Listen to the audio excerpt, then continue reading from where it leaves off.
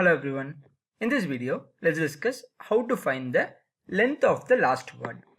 Given a string S consisting of words and spaces, return the length of the last word in the string. A word is a maximal substring consisting of non-space characters only. Here they have given the input value as hello space world and the last word's length is 5. So the output is 5.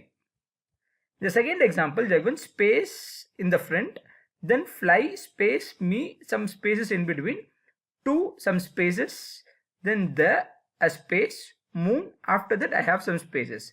Here I need to find the length of the last word. So the last word is moon and the length of the last word is 4. So I have to print the output value as 4. And then last example is Luffy is still Joy Boy. So the length of the last word is 6. So 6 is the output value. Now let's discuss the logic of this particular problem in detail. Let's take this example and discuss. So first we have to write the base condition. So the base condition is if the string is equal to null, which means if the length of the string is 0 or if the string is null. So what should I do? I have to return 0 saying that the length of the last word is 0. In case if the condition is not true, we have to find the length of the last word. I'll be declaring a variable called count and I'll initialize the value as 0. Here the iteration starts from the last character onwards. The reason why we are starting the iteration from the last character onwards is we have to find the length of the last word. So for int I is equal to length of the string minus 1, s dot length minus 1, and then I have to give the conditions I greater than or equal to 0. Why? Because the index value of the array starts from 0. That is why I am giving the conditions I greater than or equal to 0 and then I minus minus, because here we are decrementing from the last value onwards. Okay, so here I'll be entering into the loop. So which means the length of the string is 25. 25 minus 1 is 24. So the index value 24. So here iteration starts from the value 24. Now the element which is present on the index value 24 I have to find. For that, char c is equal to s dot caret of I. So I have got the character which is present in the index value 24, that I have stored it in a variable called c. Now I have to check certain conditions. The conditions are nothing but if c is equal to space, if it is a space and count is equal to 0. If it satisfies this condition, still we have not got the character of the last word. So I will be continuing the iteration. Okay. So what happens?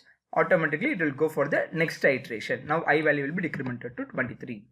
Now check the condition. Still this condition becomes true. C value is equal to space and the count value is equal to 0. So let me take a variable count and I'll initialize it.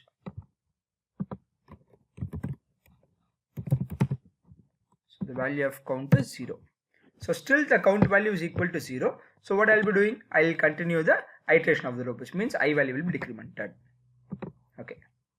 Now check the character. The character which is present on the index value 22 is n. So check the condition. If c is equal to space, condition becomes false. So I have to write the next condition. So here the next condition which I am going to check is if c equal to space and count value is greater than 0. If it satisfies this condition, we have got the length of the last character. So in this case, c value equal to space, no, condition is false. So I will not go inside this if condition. In case if this condition is true, break the loop. So in this case, this condition doesn't satisfy. I'll go for else part. In the else part, what should I do? Just increment the count value.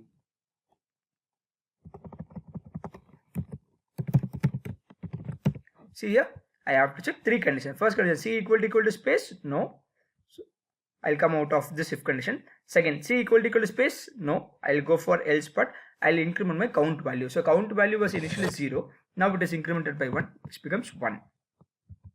That's all. I'll close the for loop. Now go for the next iteration. I value will be decremented by 1, which becomes 21. Now the character which is present on the index value 21 is O. So first condition becomes false. Second condition also becomes false. So it goes for the else part, and count value will be incremented by 1, which becomes 2. Then I'll go for the next index value, that is 20.